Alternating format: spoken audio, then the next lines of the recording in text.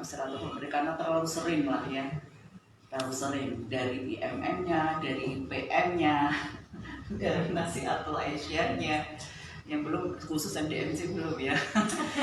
Saya pikir sudah berkali-kali, bukan hanya 3 kali Pak Amin, jadi tidak harus di PW. Alhamdulillah bisa bersilaturahmi, dan bahkan kemudian juga kemarin puasa saya alhamdulillah bisa memberikan bantuan sedikit untuk panti asuhan Muhammadiyah yang ada di Luwu. Terus berkaitan dengan yang disampaikan Pak Ketua, alhamdulillah insya Allah triwulan kedua ini cair insya Allah 100 juta untuk pimpinan wilayah Muhammadiyah. Bukan untuk pimpinannya, maksudnya kalau tadi mau beli kursi ya silakan beli kursi aja gitu. Karena kemarin juga baru selesai administrasinya, baru dilengkapi sama bapak-bapak yang ada di Muhammadiyah, bukan salah saya. Saya tanya sama TA saya, ini TA saya Pak Anif. Jadi baru dilengkapi, alhamdulillah. Orang Muhammadiyah yang disisipkan. Jadi baru dilengkapi, ya alhamdulillah ya, baru dilengkapin, alhamdulillah insya Allah kalau sudah lengkap saya tinggal bilang sama PKAD saja, insya Allah akan segera cair. Ya. Terus kalau untuk beasiswa itu kita sangat berkali-kali dalam setiap anggaran saya selalu menyampaikan itu, tapi anggaran di provinsi itu memang masih sangat terbatas. Pokir anggota dewan itu tidak banyak, 3M untuk satu anggota dewan. Dalam satu dapil 3M itu juga sangat sedikit. Di Kota Palu saja kan terdiri dari 45 kelurahan. Kalau semua ketika kita reses semua mengusulkan apa yang diinginkan, tidak cukup juga. Cuma 3M itu sangat sedikit. Dari presentasi 4,8 triliun seluruh anggaran di Sulawesi Tengah. Nah ini juga itu kemarin untuk COVID itu kita nggak bisa menolak karena ada perpres. Jadi daerah itu harus refokusin untuk COVID 50% Pak anggaran. Nggak bisa apa-apa kita Pak. Banyak pekerjaan-pekerjaan jalan antar kabupaten terbengkalai ya karena memang refokusin itulah. Ternyata setelah direfokusin pun kita kemarin ada catatan ya dari laporan hasil pemeriksaan BPK itu tentang penanganan COVID yang tidak efisien. Saya ditunjuk sebagai ketua pansus untuk ini penanganan COVID yang tidak efisien. Salah satu temuannya adalah ada 6,5 miliar dana yang tidak terpakai. Sudah direfokusin, anggaran prasarana dikurangi, pendidikan dikurangi, ternyata tidak terpakai. Yaitu dana untuk pangan yang tidak terpakai itu di Kabupaten Luwu sebesar 4,5 terus 1,8 di Poso. Dengan alasan berbagai macam alasan lah. Intinya ya saya jadi kecewa lah, sudah direfokusin dananya dianggarkan khusus untuk pangan mereka yang memang kekurangan. Masa di Luwu sudah nggak ada orang yang perlu ya? Saya berpikirnya seperti itu. Terus saya bilang sama dinas sosial, bawakan ke saya sebar di Kota Palu dalam satu hari selesai. Kan? Tapi kan nggak bisa begitu kan Pak? Walaupun kita kalau turun ke lapangan banyak masyarakat yang mengeluh tentang mereka yang tidak ada pekerjaan lagi, mereka yang kekurangan pangan, ini dana untuk pangan dan dipakai. Jadi, terus kemudian di tahun 2021 sekarang ini juga seperti itu. Ternyata untuk bantuan sosial yang dari pusat itu banyak yang tumpang tindih. Jadi ada yang sebagian masyarakat mendapatkan itu sampai 3 kali. Ada juga masyarakat yang termasuk miskin tapi tidak dapat. Itu ternyata kesalahannya adalah di data DTKS-nya. Datanya nggak selesai dari dulu.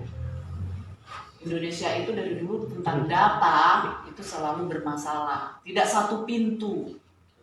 Selalu terdiri dari dinas mana A, B, C, tapi tidak satu pintu. Dulu jadi ketika kita mau mencalonkan presiden itu kita agak seneng itu ya, satu KTP sudah semua data masuk di situ, itu akan menjadi penyelesaian. Tapi kan sampai hari ini nggak seperti itu.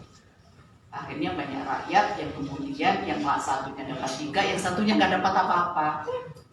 Nah, biasanya kita talangin lagi di refocusing lagi dana kita. Jadi memang untuk 2 tahun COVID ini juga sangat berpengaruh memang terhadap perkembangan ya pembangunan di Sulawesi Tengah. Termasuk juga ini di pendidikan. Yang semula kita ada dana beasiswa yang bukan dari dana dari pusat, Pak, memang dari daerah ada. Untuk mahasiswa itu ada, sekarang tidak ada lagi. Nah ini, kemarin itu ada laporan dari Dinas Pendidikan, ada sekitar 4,5 putus sekolah SMA setelah COVID 2 tahun. Nah, permasalahannya apa? Ternyata permasalahannya adalah di pembiayaan orang tua lagi yang tidak mampu untuk memberikan biaya untuk sekolah anaknya. Kan biaya itu bukan hanya SPP ya. Ya melengkapi bajunya lah, sepatu, kemudian buku dan lain sebagainya. Disitulah banyak yang putus. Nah ini kan seharusnya kemudian dianggarkan kembali. Kemudian di tahun 2021 itu kan sudah mau usai 2022. Pak Rusdi saya sampaikan kemarin waktu bertemu gubernur, ini harus menjadi prioritas gitu. Dimanapun dia sekolahnya, baik di Muhammadiyah, di aparat atau di negeri gitu. Tapi intinya ada putus sekolah yang cukup tinggi. Ya, terus kemarin juga ada teman-teman dari BEM gitu, Badan Eksekutif Mahasiswa ini menyampaikan begitu. Banyak sekarang mahasiswa juga putus sekolah karena belum bayar PSBB. Nah, berkaitan dengan tadi Bu Sakinah ditingkatkan, kita maunya Pak kalau bisa semua sekolah Muhammadiyah di Sulawesi Tengah dikasih. Bu Sakinah pernah seperti itu, walaupun Bu Sakinah dari Al-Farad ini sampaikan secara langsung. Kita itu kan posisinya itu kita di DPR RI itu kan 50 dan 500 sekian. 500 sekian. Kemudian posisinya adalah oposisi gitu. PIP pun itu yang dicalonkan lewat PKS itu juga tidak terlalu banyak dari pemerintah. Itu pinter-pinternya kita menyebarkan kemudian sampai bisa alhamdulillah all out gitu.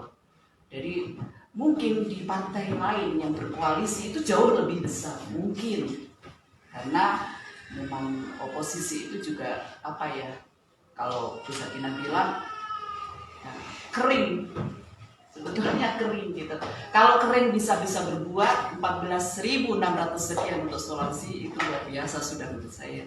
Tapi kalau ketika nanti kita basah gitu, basah dalam artian kita masuk dalam koalisi yang kemudian sehat gitu. Itu tadi masukan dari Pak Ferry, kita butuh orang Muhammadiyah kan Ustaz. Nah itu langsung iya. Jadi makanya langsung dicatat Pak, siapa yang mau dimasukkan. Oh, ya. Jadi biar tidak 50 lagi di DPR RI, bisa kan kita 2 misalnya kan. Terus provinsi nanti dari Muhammadiyah boleh masuk di provinsi. Dapil mana yang belum ada, kita itu dapil 2 Toli sama Parigi. Mana Pak Riki? Ketua Aisyah. Oke, siap ya Bu. Jadi gitu. Jadi biar kita semakin banyak, intinya di dalam politik semakin banyak kursi Ibu, semakin banyak juga kekuatan untuk bisa bermanfaat bagi rakyatnya.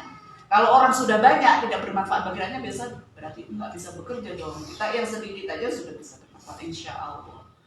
Apapun itu, ketika TKM kemudian bisa bermanfaat bagi umat, saya pikir ini harus terus dipertahankan. Jangan sampai nanti suara di provinsi kita juga semakin sedikit kan.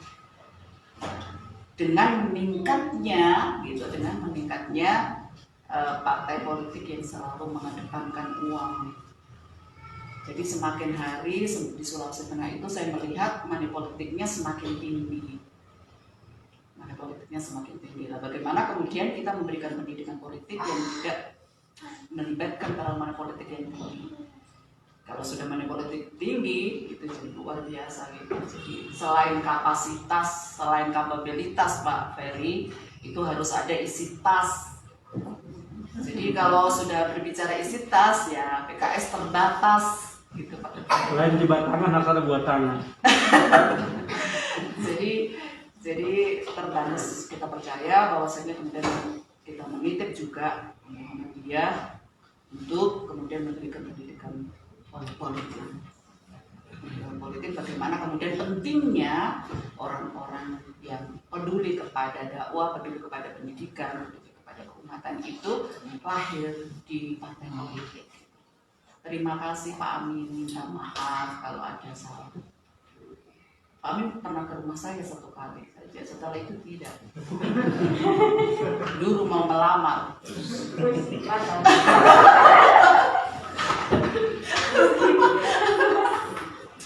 Assalamualaikum.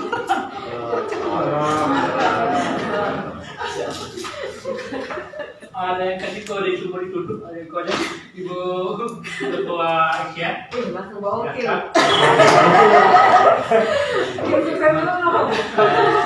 Apa namanya?